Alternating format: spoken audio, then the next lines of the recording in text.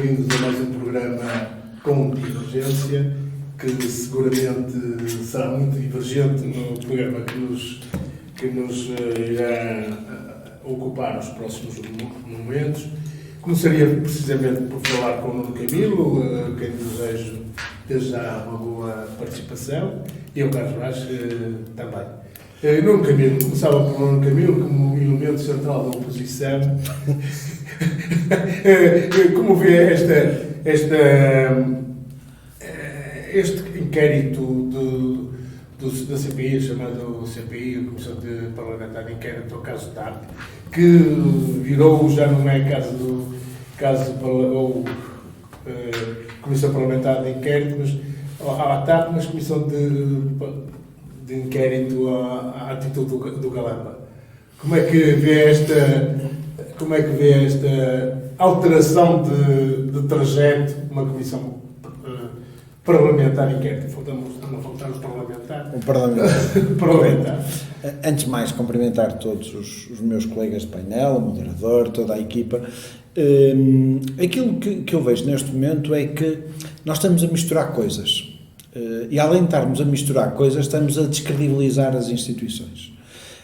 Uma comissão de inquérito devia ter aqui algum rigor e havia de ter aqui alguma elevação, e vemos mesmo pelas intervenções, às vezes algumas chique-espertezas por parte até do próprio Ministro. Houve uma pergunta que um deputado do PSD fez e o seu Ministro respondeu a dizer que não percebeu qual era a pergunta, e o deputado em causa até fez uma rábula. Pronto, era uma vez um ministro, pronto. E acho que estamos a desprestigiar as instituições. Isso é que me preocupa, e vemos que hoje os factos que estão em cima da mesa em várias situações, existe uma degradação, não é por ser tem acontecido em vários sítios, portanto não é por ser o PS, o PSD também há problemas, também há pessoas que muitas vezes facilitam, e acho que estamos a degradar um bocadinho as instituições. Na questão do engenheiro, do ministro Galamba, nós temos que ver que neste momento é o parente pobre, não é? Porque em todo o governo as coisas estão mais ou menos estável. Em tempos era o Medina que era o bode expiatório e tentou-se atacar o Medina. Agora, cabritas nos governos, há sempre uns cabritas que fogem e que é preciso arrebanhar. E o que acontece é que agora é o Galamba, não é? E acho que o assunto Galamba é um assunto que pôs-se bastante a jeito, não é? Porque isto de meter... Mas é o Galamba porquê? Explique-nos lá. Isto é fácil de explicar, não é? Eu não tenho memória de ver um ministro a dizer que sabia que ele andava a tirar fotocópias e não toma atitude nenhuma. Primeiro. Segunda questão, eu não tenho memória de ver a polícia a ser chamada porque houve pancadaria e pessoas fechadas nas casas de banho. Quer dizer, mas isto estava sempre em Singapura. Sim, mas vamos ver uma coisa, ele não começou a tirar fotocópias no dia anterior, não é? Por certo que andou a fazer, não, se nós nos recordarmos, há aquela história do Paulo Portas que mandou alguém fotocopiar tudo o que havia do Ministério da Defesa e guardaram num arquivo, não sei aonde, mas há essa história. Uma casa dele, portanto, é muito grande para guardar isso. Portanto, o que acontece é que se alguém detecta que está a ser feito um ato que é ilícito, não pode compactuar com isso. Acresce que depois veio-se a constatar, isto foi dito na Comissão de Inquérito, que, na verdade, o senhor adjunto do senhor Ministro, o Sr. Frederico Pinheiro, tinha em sua posse documentos que nem o Ministério tinha. Quer dizer, isto não cabe na cabeça de ninguém. Quer dizer, uma coisa tão importante como a reestruturação da TAP, com documentos delicados, estou num computador a qualquer momento. Isto foi o que o Sr. Ministro disse. E eu ouvi isto da boca do Sr. Ministro. E depois também ouvi a chefe de gabinete do Sr. Ministro a dizer isto. Okay? Não, ela não disse isso. Ela disse que estavam no computador dele, estavam na posse dele, mas estavam também na própria TAP. Pronto, mas o que me interessa é o Governo, porque a TAP não me interessa. A TAP, apesar do Governo mandar na TAP, não significa que a controle. Não é o Governo, é o Estado. É o Estado. Pronto.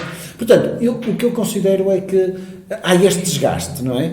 E o assunto Galamba é um assunto que neste momento virou sexy, não é? Porque é fácil de pegar, não é? Esta questão da violência que aconteceu no Ministério das Infraestruturas não lembra a ninguém, além de ser ridículo, é uma coisa inacreditável, não é? E depois, o que eu acho mais engraçado é que o Ministério... deve demitir o Ministro e dissolver a Assembleia e o Parlamento em consequência disso. O meu querido amigo Carlos Brás, por quem eu nutro uma grande simpatia, eu no último programa disse o seguinte, disse que o Sr. Presidente da República não esteve, na minha opinião, ao nível que nós gostávamos que ele tivesse, daquela forma rebuscada com que ele joga o xadrez.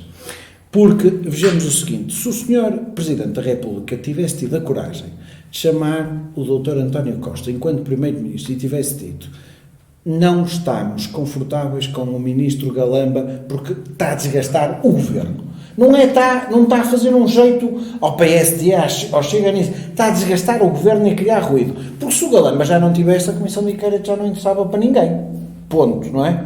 Isto é como há bocado, há tempos ouvi um senhor a dizer que é mau. Que se o Benfica tivesse ganho ontem, já não havia problemas nenhum no país. Foi uma peripécia que eu achei piada, e tem razão. 6 milhões de pessoas alegres. Mas, se o Galamba, neste momento, tivesse, o Presidente da República tivesse dito: eu não destituo a Assembleia da República, mas chamava o Primeiro-Ministro e dizia: eu não deito abaixo o Governo, ok? O Governo tem uma maioria, tem que governar, ok? Mas vou destituir o Governo, não a Assembleia da República.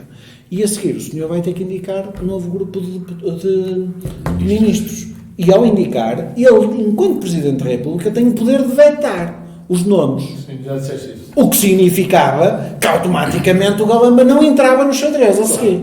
Porque senão depois era uma birra para a frente, uma birra para trás, e quem ia ficar mal na fotografia era o António Costa. Mas é a primeira vez que eu me lembro. Mas em bom rigor nem era preciso chegar a isso. Mas é a primeira vez que eu me lembro de um Presidente da República vetar um nome, ou pôr na praça pública um nome. Acho que não, veja uma coisa, o Cavaco Silva vetou nomes ao Santana Lopes. Mas ninguém só vieram a saber mais tarde. Estavam em funções.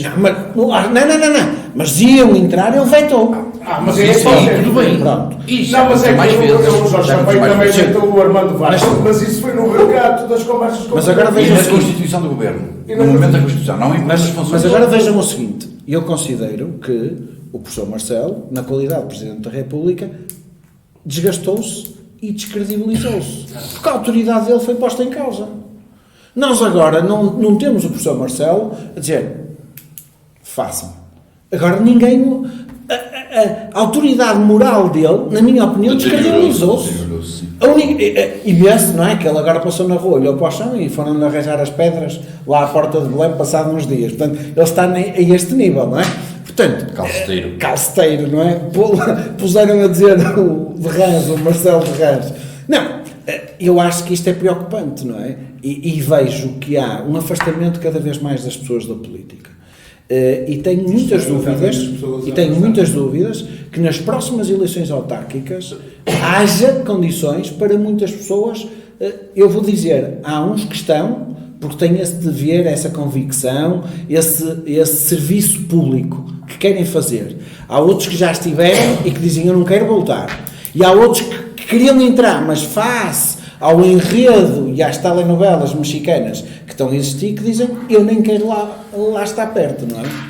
Mas, Carlos, mas ainda para a festa ser mais grandiosa, o senhor ex-presidente da República veio mandar mais umas achegas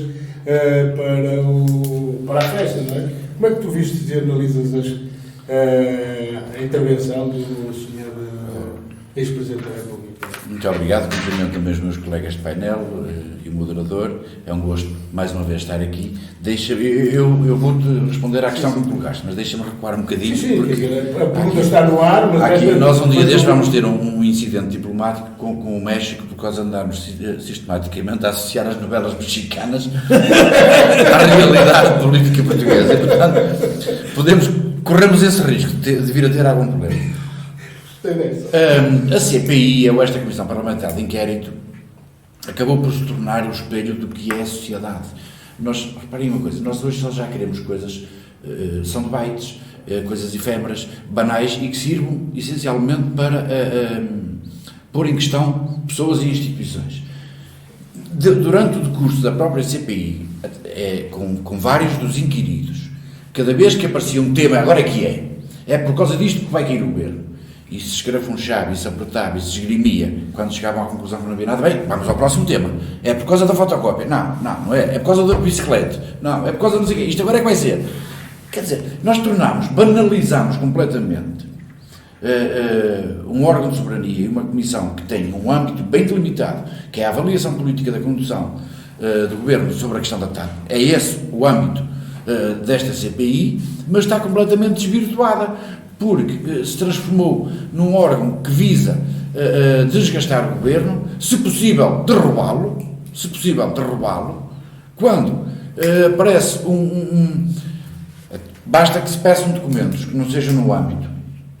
Agora nós já não temos âmbito nenhum na CPI, porque se o governo disser, não, isto não está no âmbito, porque eles têm qualquer coisa, está ali qualquer coisa escondida, e aquilo é que é, vai tudo para aquilo, e vai a comissão e volta, alarga o âmbito.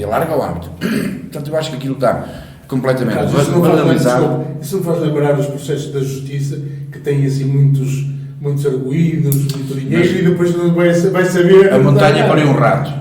Não, mas na justiça, pelos vistos, diziam os meus colegas juristas, que ainda se pode eliminar coisas das atas. Quando se percebe que não está dentro do foco, não vai para a ata.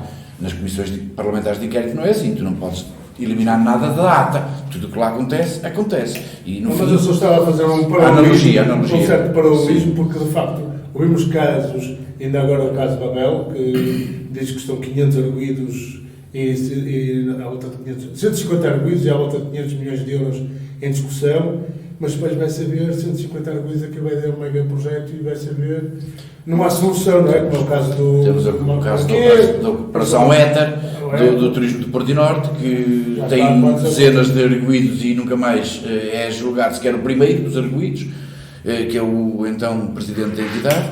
Mas eu queria só sobre a Comissão de Inquérito dizer o seguinte: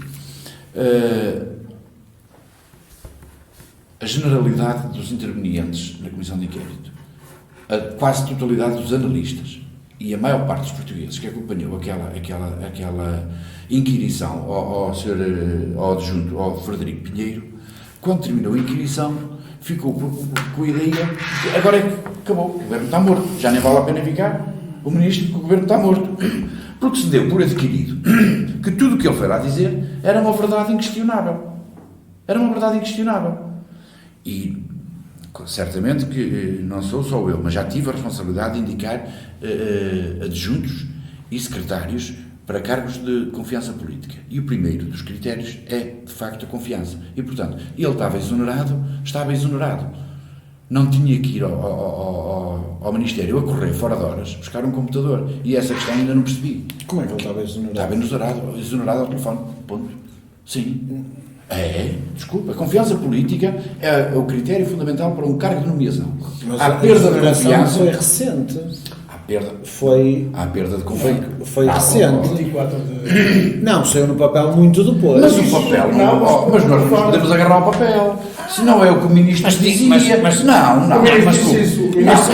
Então cada governante. A desnomeação pode ser feita de telefone. Figueiredo, um nomeado político tem como base a confiança. Perdes a confiança, perde o cargo. Claro. Perde o cargo, é automático, isso é imediato. Sim. Não vamos agora estar-nos a agarrar ao papel, porque a nomeação também não foi no papel. A nomeação também não é no papel, senão o ministro, quando tomava posse, não tinha staff. Mas há uma coisa... Não tinha staff. Tinha que nomear primeiro, ser publicado, e depois é que vinha cá. Mas há uma coisa e quem é que fazia o que é no direito laboral, que é o seguinte, ele tem direito a buscar as coisas dele. Não é aplicável. Ele tem que buscar as coisas dele. E nem aquilo é dele. Então, o computador não é dele. Ele deve ter um papel, um caderno, qualquer coisa que seja dele. Não, mas não é o computador. Pronto. O computador é do Estado. Mas tem direito, pode ter lá coisas, fotografias dele, pessoais, e pode tirá-las, não é? Desculpa lá. Respondendo um bocadinho ao desafio também do nosso moderador de comentar a intervenção que o Sr. Ex-Presidente da República teve, o professor Cavaco Silva, eu acho que foi uma prova de vida. Há uma idade, pelos vistos, eu ouço dizer que há uma idade em que tem que se fazer prova de vida, e o que aconteceu ali foi uma prova de vida, e simultaneamente também uma tentativa de desgaste, mais uma do atual Presidente da República, que nós sabemos todos que não morre de amor pela liderança atual do PSD, e que considera que o PSD ainda não é a alternativa, e portanto o professor Cavaco Silva, que tem uma espinha cravada porque teve que dar posse ao governo do António Costa e do Partido Socialista, que não tinha sido o partido mais votado, tem essa espinha encravada, também não morre de amor pelo atual Presidente da República e acha que o PSD já é uma alternativa viável. Veio dar uma mãozinha ao Sr. Montenegro e veio fazer a tal prova de vida, lançando um bocado de agitação nas hostes do PSD, porque agora é que vai ser. O que eu quero é relembrar que há um conjunto de pessoas politizada, nas quais nós nos incluímos, mas a generalidade da população não é assim tão politizada e valoriza muito a estabilidade e valoriza muito o cumprimento dos mandatos, e certamente que os portugueses não estão à espera que venhamos a breve prazo cair numa campanha eleitoral, que venhamos a breve prazo a ter eleições antecipadas, e penalizará seguramente quem for o responsável por essa situação. E, portanto, aqui no que diz respeito ao professor Cavaco Silva, que eu acho que é a tal prova de vida, eu tenho um cãozinho que, quando vai à rua, mesmo que não tenha vontade, faz sempre xixi naquela árvore, porque aquele é o território dele, e portanto é assim que eu vejo esta intervenção. Não, como é que tu olhas e vês a intervenção do Sr. Cavaco Silva? Sei que a tua visão é diferente desta, mas gostei do teu sorriso. Eu gostei. Bem, eu acho que nós temos que olhar para o professor Cavaco Silva de duas maneiras. Há uns que o odiaram e acharam que ele não fez nada de jeito pelo país, esquecem-se que o que é injusto. Por exemplo, nós hoje temos televisões, só tínhamos canais públicos, e a liberalização, mas a liberalização dos canais da imprensa, a questão das universidades privadas, a questão das vias públicas, dos hospitais, foram muitas coisas que foram feitas. A habitação também. Tem um papel ainda fundamental na habitação dos pés. Sim. Pronto, mas há coisas que fez, ninguém faz nada tudo bem. O Costa não vai fazer tudo bem, o Passos não fez tudo bem. Portanto, eu acho que ele e prova disso é que teve duas maiorias, e prova disso é que ganhou duas vezes enquanto Presidente da República. Portanto, há um reconhecimento de uma generalidade das pessoas. Depois, o professor Cavaco Silva habituou-nos a uma coisa, é que ele falava pouco. Ele não era intervencionista por natureza, não se desgastava, não é? Poupava-se. Era muito mais reservado e muito cuidadoso nas suas intervenções. Sobretudo a partir do caso do BPN. Sim, mas mesmo antes ele também falava pouco. É bom que tenham esta memória do BPN, é bom. Eu por acaso perdi dinheiro, senão não me falava. Eu não perdi porque não tinha lá dinheiro, portanto não há problema.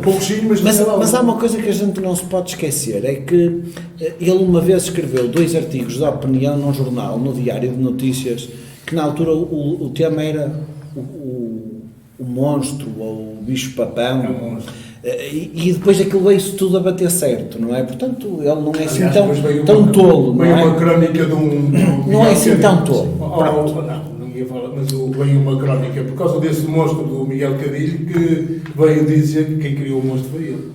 Foi o Miguel Cadilho que eu disse, e foi um dos grandes obreiros desse monstro que o Cavaco diz que da sociedade portuguesa, que é a questão dos filhos, das ele tem neste momento um património, e as pessoas reconhecem nele, um património democrático, um património de alguma isenção enquanto foi Presidente da República. Eu acho que ele teve uma magistratura decente e digna. Sei que isto pode causar alguma Tem uma reforma pequena. Pouca animosidade sobre o tema, mas há outra coisa que é importante, que é esta. O Cavaco Silva deixou de ser Presidente da República e, a partir desse momento, deixou de ser o árbitro, não é? Porque o Presidente da República é um árbitro, ao fim e ao cabo. É um gestor, por assim dizer, da democracia. Deixa-me só fazer uma pergunta. A figura do Presidente, mesmo do ex-Presidente da República, mesmo, não se deveria exigir, digamos, uma força muito pesada. Menos t-shirt. Não, E mais camisa. mais uma intervenção de Estado. conciliação, sem gerar. Mas veja- é o que eu estou a perguntar. Mas veja uma coisa, é normal ele achar que as coisas não estão bem e ele próprio ter uma opinião sobre o assunto. E ele próprio assumiu, e se nós virmos a declaração do professor Cavaco Silva, ele diz: eu nunca deixei de ser social-democrata. Ponto. Ele teve a determinação e a coragem de o assumir. E ao assumir, é legítimo, t-shirt. é legítimo nós termos opinião sobre as coisas. Nós vimos que o Dr. Mário Soares, quando havia confusões no governo de José Sócrates, o professor Mário Soares, que tinha sido Presidente da República, veio, o Dr. Mário Soares, o ex-Presidente da República, veio à praça pública assumir a sua camisola. E não era camisa na altura. E não só, e veio muitas vezes defender o José Sócrates. Portanto, é normal quem esteve nos cargos. E era criminal, e aí estava em causa o princípio da indúbio pro réu. Não tem nada a ver, não Era criminal, era criminal, não era. Pronto. O importante Eleitoral. aqui, o importante é nós percebermos duas coisas. É que todos nós temos direito à opinião. Primeira questão. Segunda questão, a liberdade é algo que nós não podemos apregoar à segunda-feira e depois, quando não nos interessa, esquecemos da liberdade. E depois, o professor Cavaco Silva, nós não podemos descurar que foi Primeiro-Ministro, foi Presidente da República e tem um capital... E Ministro das Finanças. E tem um capital E político. sobre a intervenção? A intervenção dele, eu acho que Está na arqueologia, e o Nuno Camilo está na arqueologia, mas e sobre a intervenção? Eu acho que é legítimo ele ter a opinião dele. Ponto. E se nós repararmos, a intervenção dele, eu acho muito mais positiva a intervenção dele do que teve a declaração de imprensa o professor Marcelo no dia em que recebeu o António Costa.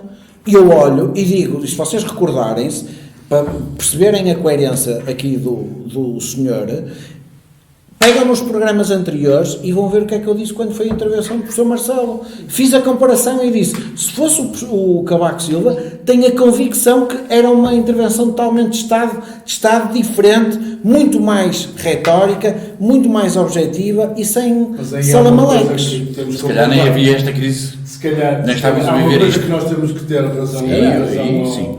ao Nuno Camilo, é que efetivamente a postura do Ele até o novo gravata é igual. Era mais O novo estadista gravata é igual ao que ele tinha há 20 anos. Aquilo é uma coisa incrível. é mais estadista do que o próprio Marcelo Rebelo de Sousa.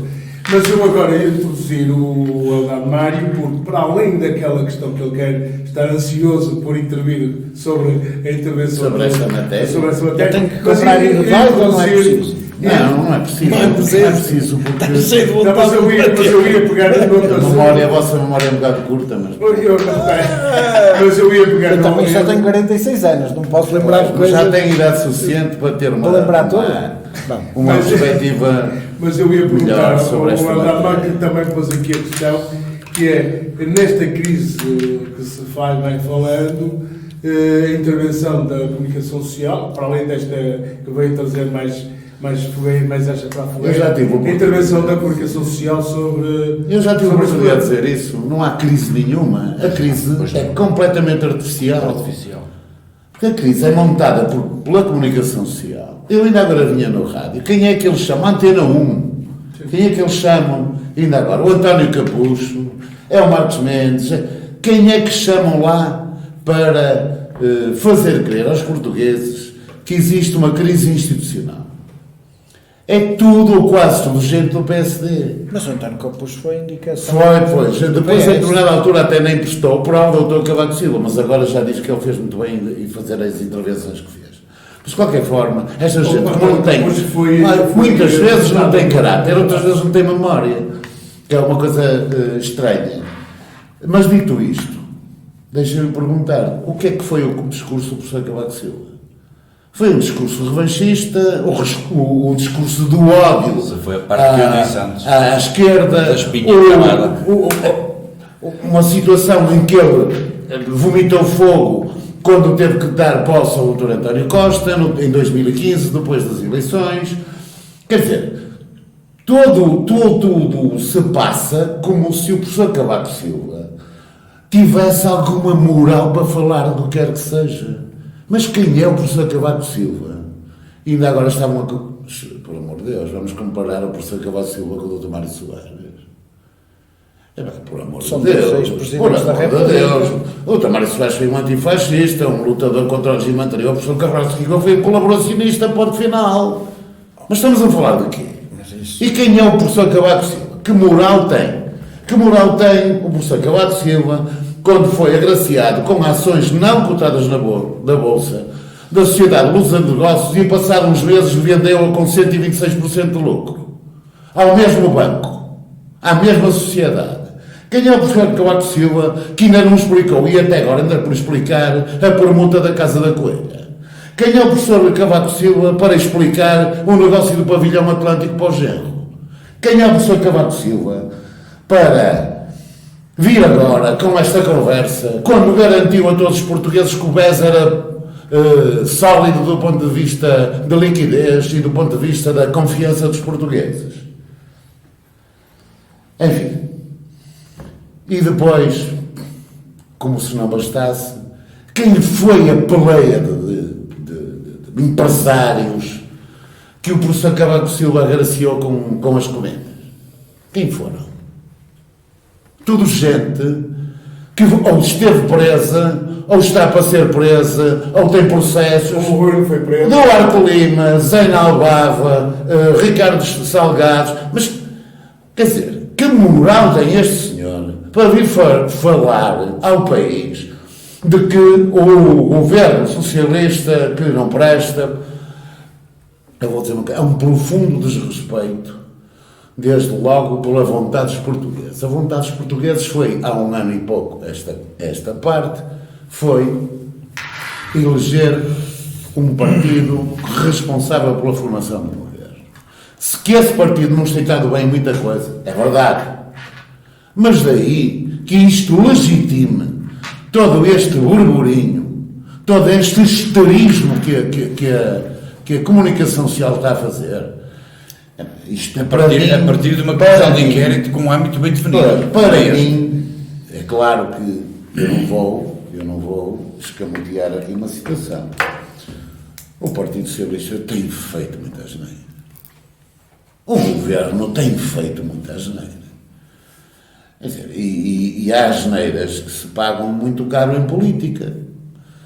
Mas daí até transpor essas asneiras para o campo de uma crise política que seja suscetível de determinar uma dissolução da Assembleia da República e a convocação de eleições gerais, vai um passo de gigante, com todos os, vamos lá ver, os itens em que Portugal cresce, do ponto de vista económico, do ponto de vista do emprego, etc, etc. Mas que crise afinal é esta? Então Portugal está a subir acima da média europeia. E há crise? Eu não estou a entender. Então é uma coisa absolutamente absurda. Agora que a comunicação social, para mim, está nas mãos de uma central de extrema-direita e da direita a nível europeu, não tenho dúvidas nenhumas. Não tenho dúvidas já nenhumas. Nuno Camilo, estavas a fazer uma cara de não concordância. Queres acrescentar alguma coisa? Ou queres, eu percebo que o meu colega de painel tenha uma perspectiva, uma visão diferente, ainda bem, porque isto passava a ser uma monotonia. Já não era com divergências, era só convergências, não é? Estávamos todos aqui a concordar. Mas há uma questão que eu ponho que é a seguinte: todos os políticos, não há um sem exceção, de certeza que já facilitaram alguma coisa. Eu quando digo facilitaram... Se não fosse isso, não era humano. Não, basta virem pedir. Olha, consegue-me ajudar a resolver este assunto? E as pessoas, de uma forma voluntariosa, resolvem. Mas já saímos do assunto. Não, já lá vamos. Eu não consigo perceber como é que o que o Genro faz é culpa do professor Cavaco. Não percebo. No caso dele não é. Mas no caso dele não é. Está bem, Eu não percebo isso. Também não consigo perceber. Não percebeu? O professor Cavaco fez um réquiem, compôs um réquiem ao Montenegro. Não. E não gostou isso. Mas diga-me só uma coisa. Você acha que o professor Cavaco vale quantos votos? Neste momento, eu acho que vale menos. Pronto. Como Então valia não anteontem. percebo Vale porque, menos. mas eu não percebo porque é que ficaram todos tão indignados com a intervenção Não, dele. é indignação. E também não consigo É perceber indignação. como é que nós à segunda-feira Decorre estamos contra a liberdade e à terça de um grande número de pessoas estar a querer transformar este discurso do Cavaco Mas- numa espécie de fritura do governo. mas- E é isto que a comunicação social está a fazer, ou tentar fazer. Mas veja uma coisa, Helder, veja o seguinte. Primeiro, ninguém controla a comunicação social. Não há nenhuma central de compras. Agora, há uma coisa que nós temos... Não seja ingênuo. Não, então temos... Eu não gosto... há uma coisa que eu lhe vou dizer. Eu não gosto de falar de casos que estão neste momento na praça pública, porque acho que é uma injustiça. Eu também não falei de nenhum. Não, mas nós quase que tínhamos que ir falar do último caso que apareceu aí, que se vem a dizer que o JN... Não é? Pronto.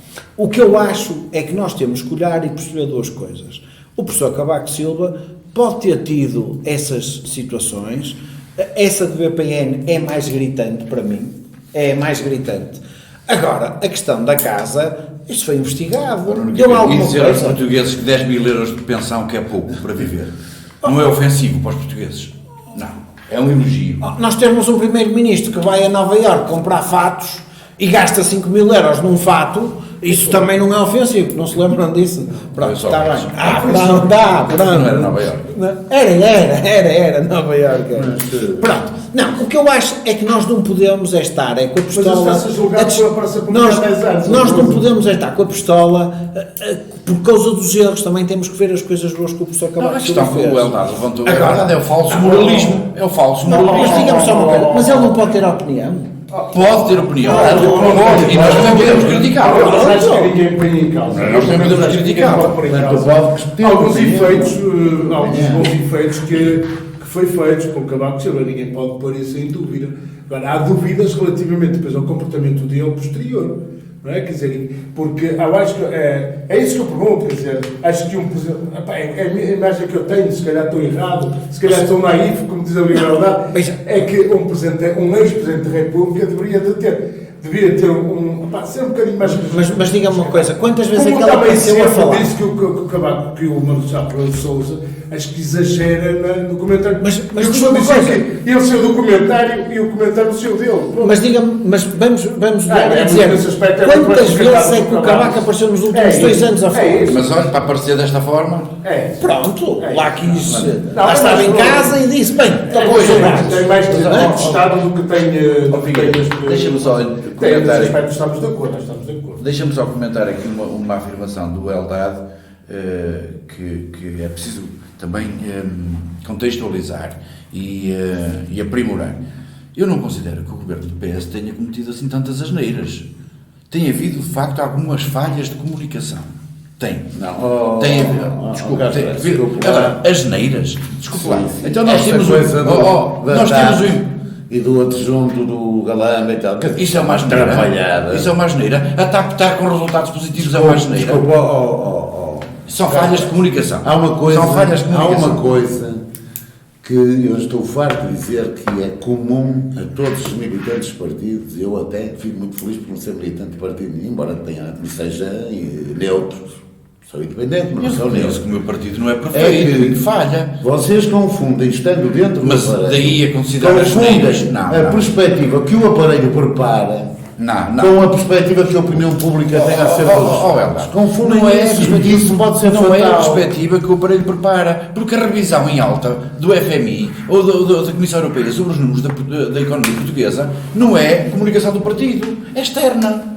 Os resultados. O que é que diz Os o PSD, o Chega, Os resultados da economia, os Liberal? resultados do emprego, os Então, resultados como da é que é dívida, possível com estas os resultados almofadas do financeiras déficit. todas que os ordenados ainda sejam assim, tão baixos? Sabe o que é que eu ouço? Sabe o que é que eu ouço? E ouve-se nas manifes todas na rua. Há décadas que temos este problema. Eu ouvi. Há décadas. Eu sei. E problemas de décadas têm que agora ser resolvidos num dia. Não. É isso que você tem ouvido aos professores. Ouça lá, já ouviu quantos milhares de pessoas foram efetivados? com esta promulgação da lei. Eu estou bem dentro desse assunto. Pronto. Estou bem dentro desse assunto. Os médicos, o pessoal de saúde, há décadas que têm problemas. Mas agora é que resolveram que ou é resolvido de uma vez ou não é nada. Há décadas. Há décadas. É bom recordar há quantos Há anos décadas. é que o Partido Socialista tem estado Faça de a forma conta. intermitente no governo. Faça a conta de 75 para cá e vai ter uma surpresa. Não vou, não. Vai. Faça a conta de 75 Mas para isso cá. também não é... Faça a Foi o conta. Cavaco. É fácil de Também fazer. não nos leva a lado. O Cavaco Não. teve 10 anos. A diferença são 2. Não, está bem, mas isso também não nos leva a lado nenhum. Mas vamos ver O uma que importa coisa. é saber o que é que foi feito ou o que é que não foi feito. Não, mas é que esta teoria de que nos últimos 20 governou não sei quantos, não pode ser assim. Isto é Temos que inacreditável. ver. Como é que desde aparece um 74 senhor para cá. atualizando, que foi Presidente da República, que vem elogiar, Teve duas mais vem dizer que o Dr. Montenegro, que está mais criado, Só ele. Parado que eles. vem dizer do Passos Coelho que foi uma espécie de salvador da pátria.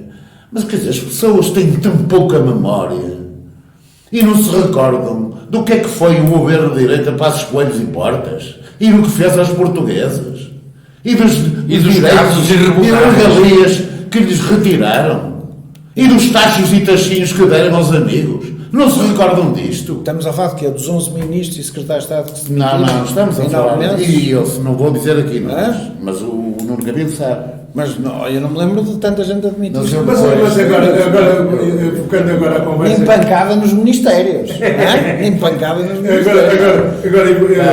Agora, Fé diverso. alterando um bocado o rumo da nossa conversa, vamos entrar nos indicadores económicos que efetivamente têm sido pouco falados, quando de facto as notícias não são nada mais para a economia portuguesa. E o Carlos falou de uma coisa. Olha que nós estamos em maio. Pois, Eu recordo a todos, estamos em maio. Em janeiro, o tema era recessão. sim. Recuperem as notícias da altura. O tema era recessão. Sim, mas isso agora, e de facto, quer dizer, já que estamos numa comissão de inquérito, parlamentar de inquérito da TAP, os resultados da TAP não têm sido despicientes e, acima de tudo, têm sido resultados que têm ultrapassado as perspectivas do plano de reestruturação. Carlos, tens a palavra para falar dos indicadores económicos do governo e mais do que do governo, porque os do governo estão aquém daqueles que são perspectivados pela União Europeia.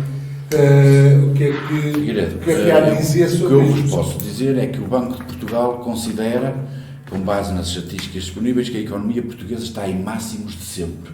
Estamos a considerar o que é democracia, a partir de 74, máximos de sempre. Pela primeira vez foi ultrapassado 50% do PIB em exportações. É que estamos a bater recordes sucessivos. O investimento público tem estado a subir, contrariamente à narrativa do PSD, que diz que o investimento público tem estado a descer, é mentira, e que o investimento assenta só no PRR e nos programas financeiros europeus. Não é verdade. O investimento público à conta do orçamento tem estado a subir, claro que em cima desse ainda há o do PRR. Os déficits têm estado a descer e controlados, só não desce mais, porque se entende que não é necessário esmagar mais. A dívida tem estado a descer e estamos ao nível, com juros mais baixos, a financiar-nos com juros mais baixos que a Itália, por exemplo, ao nível da Espanha, ao nível da França, e vamos continuar a descer e chegaremos ao nível da Bélgica em 2026, coisa inédita para nós. O emprego está em níveis máximos, a criação de emprego, Mas o desemprego tem aumentado. também tem subido. O que é que isso significa? Portugal está a viver um período de crescimento demográfico, pelo menos no saldo efetivo positivo, que já não tinha há décadas, ou que se calhar nunca teve. Não é verdade. Eu acho que o emprego está a subir, a criação líquida de emprego está a subir, a demografia, o saldo líquido também está a subir. Portanto, Portugal é interessante para muitas populações. Migrações, pois a natalidade não terá subido assim tanto, se é que subiu, não é? Subiu. Obviamente. Mas o que eu quero dizer com isto é que há números que Portugal nunca teve ao nível económico e ao nível de rendimento. Temos aqui um fator que depois vem degradar um pouco isso, que é o fator da inflação. Obviamente que sim, reconhecemos que há portugueses a quem não foi possível mitigar completamente os efeitos da inflação provocados pela guerra. Mas ainda assim são fatores exógenos, externos.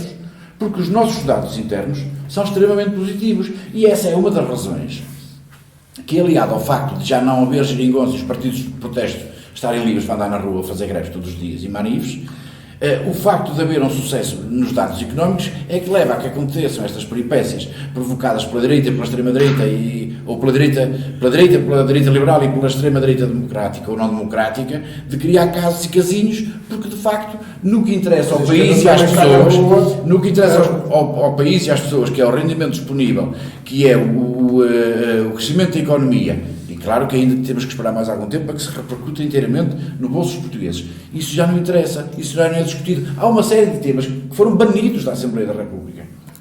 Foram banidos, que já não são discutidos, nem pelos partidos que suportam ao governo, nem pelos outros que já deixaram de ser tema. Que é o caso do déficit, é o caso da dívida. Isso já não são temas, já não interessam. O crescimento económico, a convergência com a União Europeia, também já não interessa isso. Agora só já interessa as falhas de comunicação e as verdades imediatas da CPI em cada dia. Para além da questão dos indicadores económicos, há aqui uma notícia que veio a público recentemente, que é o problema da dívida pública americana e os efeitos que ela pode vir a ter na China, no Japão e na Europa. A economia chinesa está a crescer. A economia chinesa está a crescer e está a conseguir fazer uma coisa que ninguém acreditava, que é o ambiente no setor imobiliário está a melhorar, que ninguém acreditava que isso acontecesse. Nós nos Estados Unidos temos um problema estrutural e basta só termos a paciência de ver a Bolsa de Valores dos Estados Unidos e quando aquilo está a fechar, está assim, e depois ao final do dia alguém injeta para lá e aquilo só. Mas é que agora a notícia, as últimas notícias sobre os Estados Unidos da América é que poderão entrar em default. E isso vai ter uma implicação. Nós vimos que... Portugal parece-me que nós estamos muito expostos à dívida. Não, mas nós vimos que ainda agora a responsável do setor bancário norte-americano veio dizer que é muito importante os bancos fazerem fusões para conseguirem aguentar a pressão que vai existir. Mas há uma coisa que eu gostava, eu ouvi o Carlos... Sim, é questão central, mas também tentar... Sim, mas há setores externos que nós não conseguimos controlar. Mas há uma coisa que é esta. Eu, por acaso, estava atento ao que o Carlos estava a dizer, porque se eu tivesse distraído, eu quase que estava a pedir para me dar um cartão de militante e para me tornar militante do Partido Socialista. E fazia você muito bem. Porque, na verdade, aquilo que eu ouvi foi assim um bocadinho, eu diria que... PS já tem lá direito a crescer. Já tem uma direita a crescer. Pronto, não é preciso mais. Não, mas há uma coisa que é esta. Contas da TAP. Vamos ao cerne da questão. Qualquer um de nós conseguiu melhorar as contas da TAP porque pegaram aquilo que era dívida a curto prazo e converteram em longo prazo. Ponto. Baixaram os custos no que diz respeito a custos de juros e a dívida prolongou-se. Portanto, é fácil. A outra coisa... Acho que o plano de reestruturação não é só isso. Não. Tem muito mais que isso. Está bem, mas fazer uma coisa estranha... Vender os aviões. Está bem, mas não faz sentido. Quando nós neste momento estamos a perder cota de mercado e estamos a perder slots. Quando nós perdemos slots em Lisboa e no Porto, e quando elas estão a ser ocupadas por low cost, estamos a perder mercado, automaticamente. Pronto, mas isso realmente... eu queria bons resultados... Nunca se imaginaria que a recuperação estão a desvalorizar o ativo. Não podem comparar a TAP com uma low cost. Não é. Não tem nada a ver com Carlos, eu não estou a comparar. Eu estou a dizer uma coisa diferente. A slot que nós tínhamos no Porto, deixamos de a ter, as slots, e passaram a ser ocupadas por outras operadoras. Não interessa se é low cost ou não low cost. Interessa é que nós perdemos as slots e perdemos autonomia para poder fazer viagens para um lado e para o outro e estamos a perder rotas. Objetivamente. Portanto, estamos a perder mercado. Vamos vender uma companhia aérea muito mais baixa. Pronto. E isso é um problema estrutural, na minha opinião. Nós não vamos vender a companhia aérea. Pronto. Então vamos privatizar a companhia? Não. Vamos abrir o capital. Vamos lá meter mais 3 mil milhões. Já pusemos 3, agora vamos pôr mais 3. Bem, mas vamos à segunda parte. É fácil ter contas boas com o Partido Socialista. É. Porque, na verdade, o que aconteceu foi quando nós tivemos o aumento dos combustíveis, enquanto os outros Estados davam dinheiro direto, como Espanha fez, o Partido Socialista não mexeu no imposto dos combustíveis. Demorou muito tempo a mexer. Não foi imediato. E aquilo foi Fez repercutir o IVA no ISP. Não. Aquilo foi, sem dúvida, uma almofada financeira muito grande. A pergunta que eu faço é, qual é o valor do cheque do PRR? Quanto é que é o cheque? 16 mil milhões. 16 mil milhões. Se nós estivermos recordados, Portugal, quando entrou em default, nós pedimos 78 mil milhões. 78 mil milhões. 78 ou 73? 78. Portanto, imaginem que nós estamos aqui a falar... Dos quais 24 milhões era para a banca. Nós estamos aqui a falar em 16 mil milhões que estão a ser injetados na economia, sem esforço financeiro nenhum do Estado. E não há mérito nenhum do país e do governo nisso. Carlos. Vamos ver o seguinte, também recordar o seguinte, dinheiro... Quando o PSD estava no governo, quando estava no governo, a receita era cortar. Não. A União Europeia dizia corte e eles cortámos 2 vezes. Carlos. Aumentavam sempre. Sabe que não era assim. Desta vez foi ao contrário. E sabe porquê que foi ao contrário? Carlos, não era assim. Viram que a regra... Não, é porque nós não era aplicámos assim. cá uma receita interna que deu resultados. Mas deixe-me agora ver o E seguinte. está a fazer escola. Depois há uma estatística que nós vivemos no país da Aliás, estatística. desculpa lá, que é a escola dos norte-americanos, por isso é que eles estão com uma Isto é uma questão, mas eu não estava a falar. Mas eu não estava a falar. Você está a falar da central. Você fala da central de comunicação da Você está em história de economia. Na alta finança, é evidente que os bancos podem oscilar a qualquer momento e arrastar consigo. Mas eu já lá ia chegar aos bancos. E o que nós temos neste momento é que existe uma estatística, que é verdade, que nós olhamos para os números e o país parece que está de uma pujança fantástica, mas eu também vos digo, nós temos que ir à Roménia e vemos as estatísticas da Roménia e quando lá chegamos olhamos e dizemos, mas é este o país que eu gostava de viver. Não. Sabe o que é que está a acontecer na Roménia? Mas Carlos, deixe-me só terminar uma coisa, que é o seguinte. Nós hoje sabemos uma coisa, as entidades de solidariedade social voltam a ter pedidos e não conseguem dar resposta. Isto significa que existe uma franja da sociedade que não está bem, nem o Estado os consegue ajudar. Há pobreza, claro que há. Não, mas está a aumentar, o fosso está a aumentar cada vez mais. Não está a aumentar. E por último, olha que está. E por último dizer uma coisa, quando o português apanha um negócio e quer florescer nele, os governos, PS, PSD, o que seja, ficam nervosos e vão lá e dão com o pau. Parece que não gostam do empreendedorismo. Anunciam o empreendedorismo, a inovação, mas depois quando o pessoal começa a trabalhar, a ganhar dinheiro, às vezes que eles estão a ganhar muito dinheiro, vamos lá dar-lhes com a marreta. Acontece isto, principalmente no alojamento local. Não estou com isto a dizer que nós não tínhamos que ter regras e que teremos que ter cotas, mas é injusto, em algumas situações, agora quererem acabar com o negócio de uma vez por todas. Pronto. E agora vamos ao seguinte... Ninguém quer acabar com o negócio de uma vez por todas. Carlos, mas agora vamos ao seguinte, que é, a banca, no primeiro trimestre deste ano, duplicou e em algumas situações triplicou os resultados, e eu não vi... Positivos, não foi desgraças, e eu não vi ninguém a vir dizer é porque estava distraído. Vamos tributar, não é? É porque estava Porquê? distraído. Então não há uma Porquê que sobretaxa será? sobre a banca. Existe. Existe uma sobretaxa e foram a semana passada Mas acho que devia tributar. Sim, Não, eu temos acho sobretaxa é que já nós não própria podemos banca. ter à segunda-feira um discurso. Nós não podemos. O que é que fazia? Achava que se devia tributar esses lucros desmedidos? Diga lá. Não, veja só uma coisa, nós chegamos aos Não é que supermercados... não se pode... Nós chegamos aos supermercados e criamos a ideia que os supermercados são os maus da fita. E dissemos, nós vamos reduzir o IVA nos supermercados e agora os preços não sobem. Quando nós sabemos... Mas na semana anterior estava a reivindicar essa medida. Não. Carlos, ia dar o exemplo da Espanha. Não.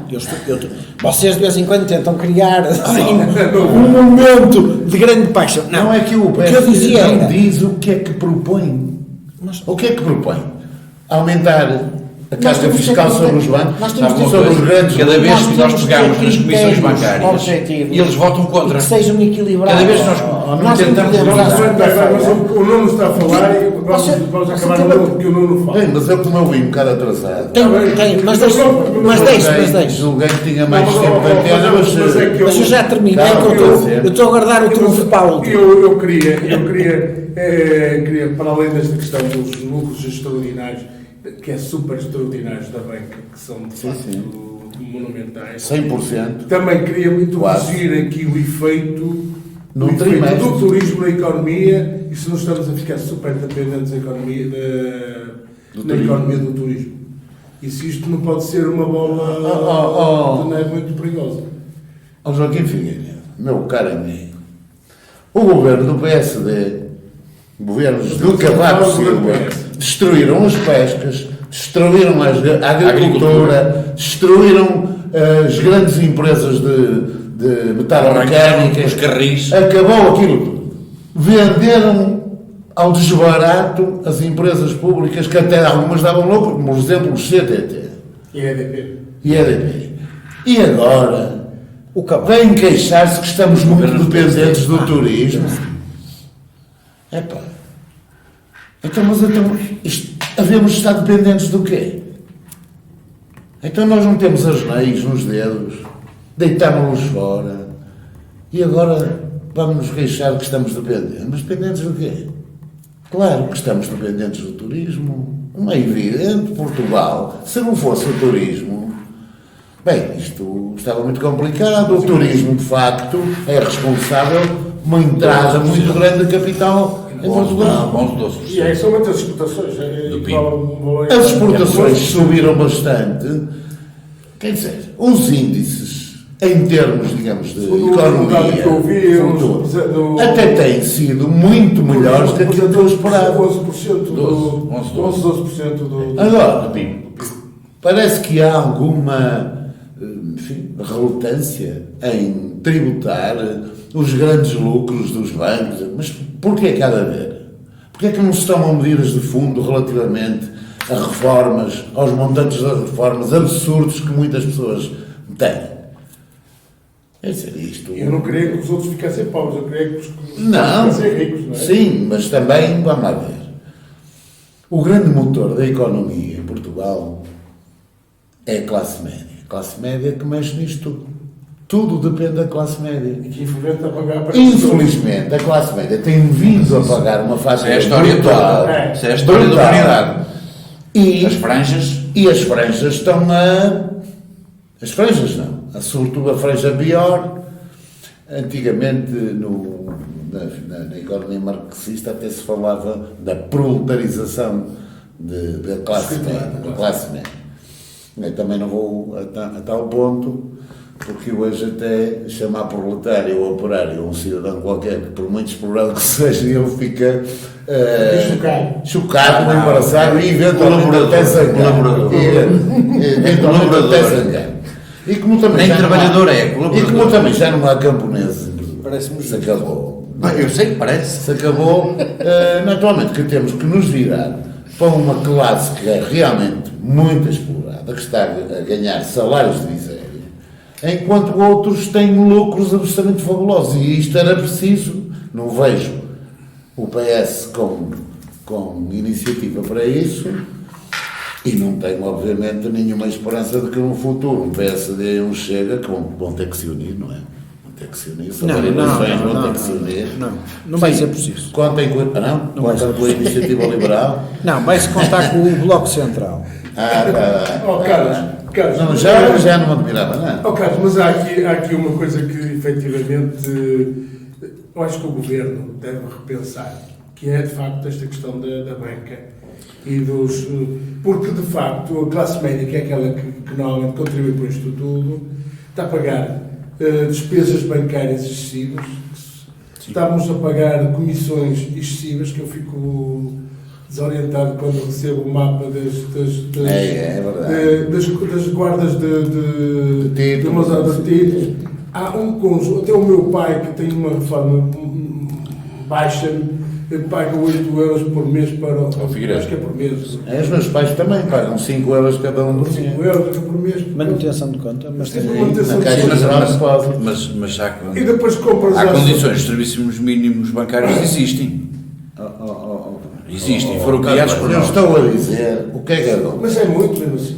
Agora, quer dizer, aos meus pais, felizmente, 5 a 10 euros por mês, pronto, Estás muito forte. Eu Mas as pessoas a quem faz eu estou na comissão. Não, é que eu estou, Carlos, eu sei que está na Comissão da Economia, mas Não é economia, é finanças. Mas há uma coisa que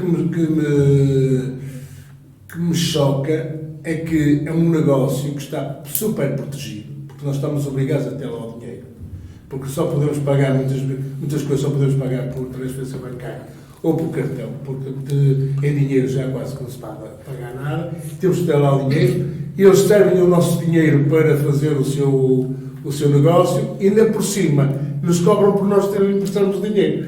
Carlos, o que é que se pode fazer sobre isso? Figueiredo, mas desculpa lá, descobri-te a pólvora. Eu não. É que isso sempre foi assim. O que é que eu tenho a dizer sobre isso? Também considero que, obviamente, os bancos cobram demasiadas taxas, demasiadas comissões bancárias. Já estive em grupos de trabalho exatamente para limitar muitas, e limitam-se muitas. Eu acontece que isto é um jogo de gato e de rato, e quando nós limitamos umas, nascem outras a seguir. Porque depois o que é que acontece? Que já verificamos. Nós limitamos a comissão sobre, por exemplo, o ato de reconhecimento de uma procuração ou de um testamento que acontecia. E eles queriam um testamento mais outra coisa qualquer, um produto compósito, e já lhe podem aplicar a taxa. Percebes? É isso que tem acontecido. O negócio da banca, e que se vocês virem, é cada vez mais complexo, cada vez mais sofisticado e cada vez agrega mais produtos. Tem vindo a acontecer isso precisamente para evitar as tributações, ou melhor, a eliminação das taxas. E eles vão criando produtos novos. Não, João, palavra que não estou a entender nada como ele me está a dizer. Não, mas eu vou-lhe dizer. Nem sei onde é que quer chegar com isso. Quero-lhe dizer que o negócio da banca em Portugal, não é só em Portugal, é muito volátil. E os ciclos de lucros e de percas são muito apertados. Não corresponde exatamente aos da economia. Quando há muito lucro, tributa uma porcentagem. Mas existe a tributação neste momento aos lucros extraordinários da banca. Existe. Porquê? Qual é o problema? É que vocês também só ouvem os lucros.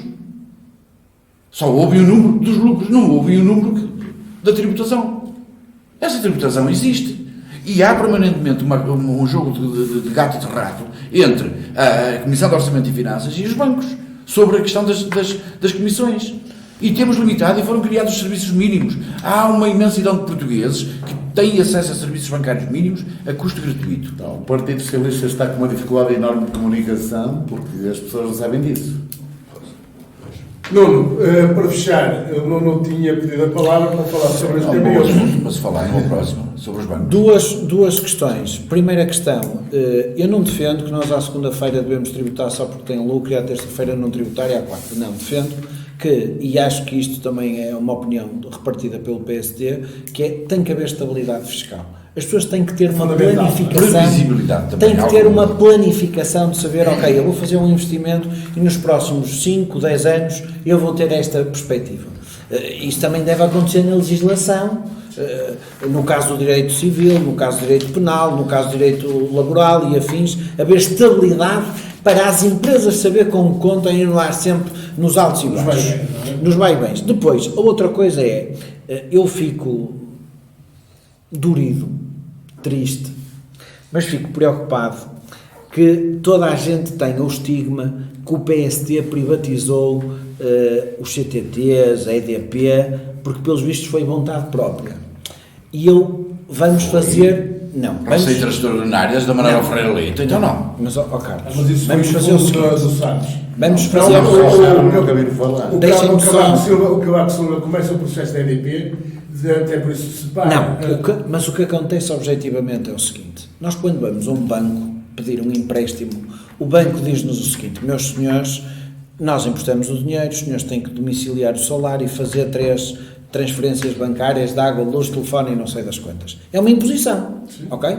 Os senhores da Troika, quando vieram cá, e quem assinou este compromisso?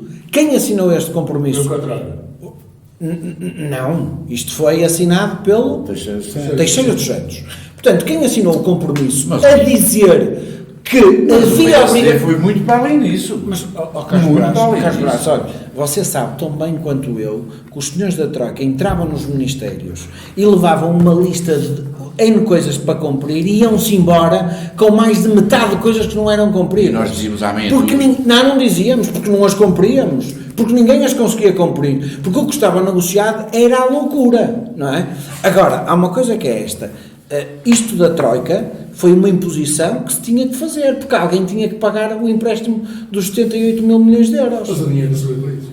Muito obrigado, foi um prazer estar convosco e é sempre bom estar convosco, porque as divergências às vezes sentem-se na convergência. Até à próxima. Muito obrigado.